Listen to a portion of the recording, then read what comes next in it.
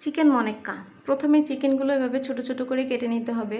তারপরে পেঁয়াজ, রসুন, আদা, গোলমরিচ, লবণ, হলুদ গুঁড়ো, মরিচ গুঁড়ো সব কিছু একত্রে মেখে, সামান্য একটু নুডলসের মশলা সব কিছু মেখে তারপরে আধা ঘন্টার জন্য রেস্টে রেখে দিতে হবে।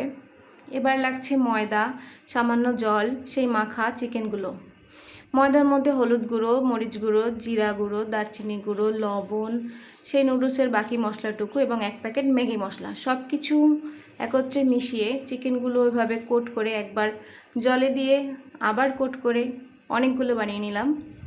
এবারে এগুলো তেলে ভেজে নিতে হবে।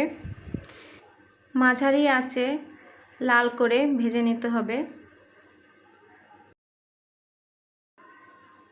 হয়ে গেছে। দেখতে অনেকটা মনেক্কা বা কটকটির মতো হয়েছে, তাই জন্য নাম দিলাম চিকেন মনেক্কা। খেতে কিন্তু অসাধারণ হয়েছে।